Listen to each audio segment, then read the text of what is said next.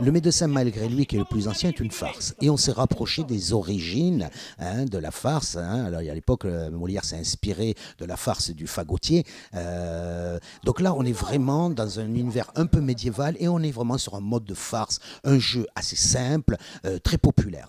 Les Fourberies Scapin, comme Molière l'avait fait, inspiré par les Italiens avec qui il partageait le théâtre du Palais Royal, on a voulu monter façon commedia dell'arte. Donc les deux serviteurs ne sont pas masqués, alors que normalement ils sont masqués dans la comédia, parce que Molière, qui jouait Scapin, ne voulait pas mettre un masque. Par contre, on a masqué les deux pères.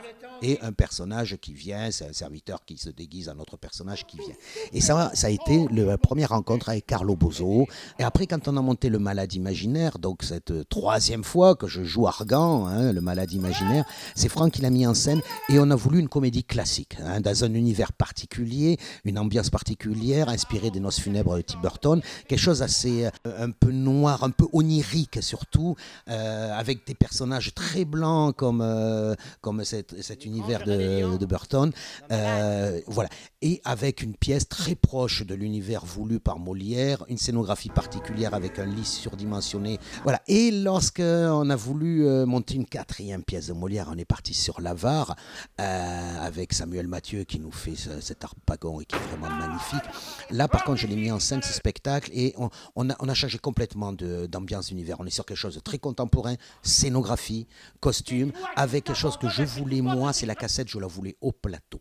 Je ne la voulais pas dans le jardin. Et en fait, le plateau représente un tas de choses, une espèce de bric-à-brac, de ferronnier qui a gardé plein de choses. Et ça fait comme un gros nid. Et lui, il est au-dessus de ce nid comme un vautour. Et il y a sa cassette qui est dedans. Et là, on est sur 4 pièces de Molière qui sont 4 factures différentes, 4 scénographies différentes, 4 univers complètement différents, avec des comédiens, certes, ils sont dans les 4 spectacles, mais on ne reconnaît pas, si ce n'est, on reconnaît le fait d'oser faire des choses différentes et ne pas rester sur des choses qui ont fait leur preuve, et on va s'aventurer dans des endroits où on se fait plaisir et on joue 4 pièces de Molière, 4 univers différents.